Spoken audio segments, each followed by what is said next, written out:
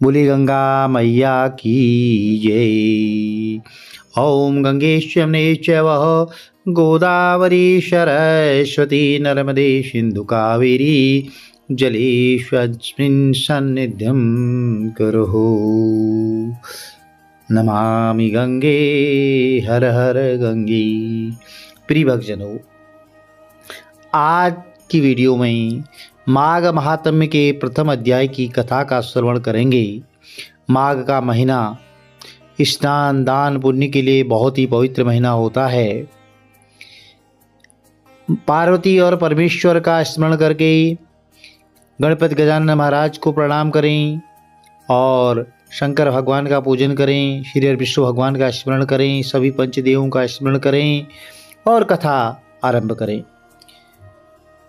बहुत ही पवित्र महीना है। आप इस महीने में यदि आसपास में तीर्थ नगरी, सरोवर, तालाब, कुंड हैं तो आप स्नान करके आ सकते हैं। प्रयागराज में जा सकते हैं, काशी, हरिद्वार, इन स्थानों में, पवित्र स्थलों पर आप स्नान कर सकते हैं। यदि यह संभव नहीं हो तो माँ गंगा का भाव करते हुए, स्मरण करते हुए घर में ही नहाने वाली बाल्टी में थोड़ा सा गंगा जल मिश्रित करके स्नान कर लीजिए। साफ स्वच्छ वस्त्र धारण कर लें और घर में एक आसन में विराजमान होकर के और प्रत्येक अध्याय की कथा प्रतिदिन श्रवण करें। यदि यह संभव नहीं है तो आप काम भी करते रह सकते हैं और इसको ऑडियो के माध्यम से हमारी जो कथा आपको बताई जा रही है इसे आप श्रवण कर सकते हैं। चलिए आरंभ करते हैं कि पहले अध्याय में राजा दिलीप का शिकार करने के लिए प्रस्थान बताया गया है। तो श्री व्यास जी बोले कि प्राचीन काल में मुनि वशिष्ठ जी ने अनेक फलों का देने वाला माघ स्नान का महात्म्य राजा दिलीप से कहा था, इसलिए उसे मैं कहता हूँ। तो श्री सूत जी कहने लगे कि हे भगवान, मैं आपका शिष्य हूँ, कृपा करके मुझसे पद्म पुराण में वर्णित माघ महीने के शुभ महात्म्य को कहिए। तो व्यास जी कहने लगे कि हे सूत जी, यज्ञ के पश्चात अब भृत्य स्नान करके ऋषियों के मंगलाचार करने और सभी नगर निवासियों द्वारा पूजित राजा दिलीप अपने नगर से बाहर निकले। मृग के शिकार का प्रेमी वह राजा दिलीप कोलाहल से घिरा हुआ था। पैरों में जूते पहने हुए, नीले रंग की पगड़ी बांधे, कवच धारण कर, उंगलियों में बगनखा पहन करके और हाथों में धनुष बाण लिए था। उसके पैदल सिपाही तलवार और ढाल लिए हुए घने मनोहर जंगल में विचरने लगे। बड़े बड़े स्रोतों को लांघने वाले और कुंजों में मृगों को ढूंढने वाले युवा पुरुष इनके साथ आनंद पूर्वक क्रीड़ा कर रहे थे।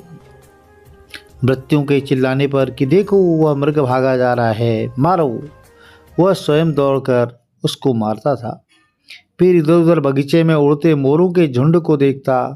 कहीं पर घबराए मृगियों के झुंड में जिनके बच्चे सब दिशाओं में भाग रहे थे, कहीं शियार भयंकर बोल रहे थे और कहीं गैंडों के झुंड हाथियों की शोभा बढ़ा रहे थे।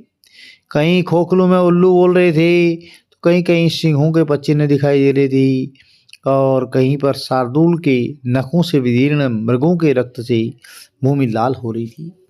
कहीं दुग्ध भरे थनों से युक्त भैंस घूम रही थी जो मानो रनिवास की भूमि जैसी प्रतीत होती थी।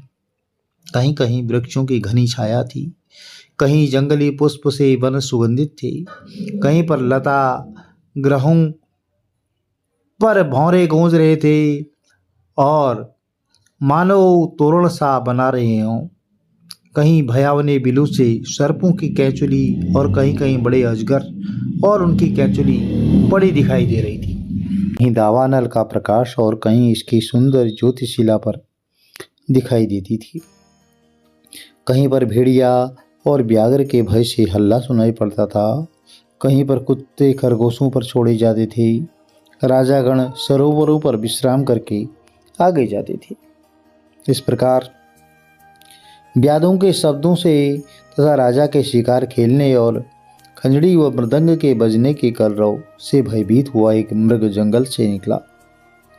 वह पृथ्वी पर चौकड़ी भरकर कभी आकाश में तो कभी पृथ्वी पर दिखाई देता था। ठंडे कांटेदार घने वृक्षों के भयंकर जंगल में वह मृग प्रविष्ट हुआ। राजा ने उसका पीछा किया और निर्जन स्थान में मृग को न देखकर घबराहट और प्यास से राजा का कंठ सूख रहा था। तालू टटकने लगा, मुंह मलिन हो गया। सैनिक थक गए और घोड़े रुक गए। दोपहर के समय राजा प्यास से व्याकुल हो गया। जल की इच्छा होने पर उसने आगे को समुद्र के बराबर एक बड़ा सरोवर देखा, जिसके किनारे पर घने वृक्ष थे। जल स्वच्छ था, सुंदर घाट बने हुए थे और इसमें बड़े बड़े कमल खिल रहे थे, जिन पर भौरे गूंज रहे थे। कमलिनी के पत्तों से घिरे हुए कमल मरकत मणि नीलम के समान दिखाई पड़ते थे। इसके जल में मछलियां तैर रही थी और इसका जल साधुओं के चित्त के समान शुद्ध था। लहरें शोभा दे रही थी और इसमें अनेक प्रकार के जलचर चलते फिरते थे। निर्दयी व क्रूर मगर घड़ियाल भरे थे। कहीं पर लोभी के इस घर के समान दुर्गम सिवार भी इसमें थी और जिसका जल अनेक पक्षियों के दुखों की शांति करता था।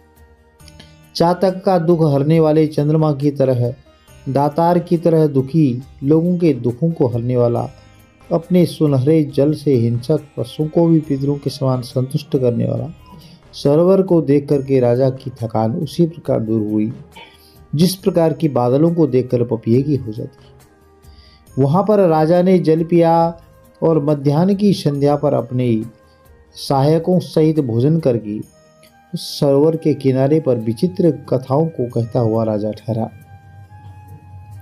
तत्पश्चात रात में धनुष बाण सहित वृक्ष के नीचे आसन लगा लिया और व्याध भी सब दिशाओं में स्थित हो गए।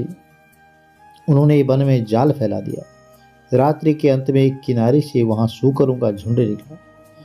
फिर कमल कंद खाकर के व्याधों के झुंड के पास आया, जिसके अनेक सूकर राजा द्वारा तथा व्याधों द्वारा मारे गए तथा पृथ्वी तल पर गिर पड़े। इनको देखकर व्याध गर्वित होकर कोलाहल पर प्रसन्न चित्त हुए राजा के पास पहुंचे।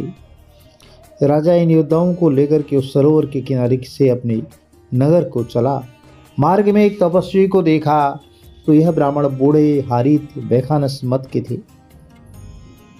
दुष्कर और उग्र नियमों से उनका शरीर अत्यंत दुर्बल हो गया था। केवल हड्डियां ही दिखाई दे रही थी। यह मृग चर्म था तथा कोमल वल्कल पहने हुए थे। नख, रोम और जटा धारण कर यह नियम का पालन कर जप करते थे। उस वनवासी को देख करके मार्ग देकर राजा उसको प्रणाम कर हाथ जोड़कर उनके सामने खड़ा हो गया।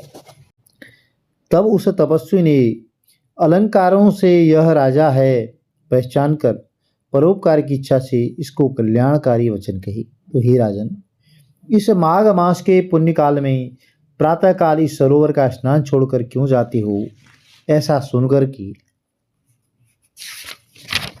राजा बोले कि हे द्विजोत्तम, मैं नहीं जानता माघ स्नान का फल, मुझसे विस्तार पूर्वक कही। तो प्रिय भक्तजनों, यह आज के प्रथम अध्याय की कथा थी। इसी तरह बाकी अध्याय की कथा भी इसी चैनल पर आपको अवगत कराई जाएगी। यदि अभी तक आपने चैनल को लाइक शेयर नहीं किया है, सब्सक्राइब नहीं किया है, तो लाइक कर लीजिए, शेयर कर लीजिए, सब्सक्राइब कर। प्रिय भक्तजनों, यदि अभी तक आपने चैनल को लाइक शेयर नहीं किया है तो सब्सक्राइब जरूर कर लें, लाइक शेयर कर दें, साथ में बेल आइकन अवश्य प्रेस कर दें, जिससे आने वाले वीडियोज़ की नोटिफिकेशन आपको ठीक समय पर मिलती रहे। श्री हरि विष्णु भगवान का आशीर्वाद आपके कुटुंबों में सदैव बना रहे। जय श्री कृष्ण, राधे राधे।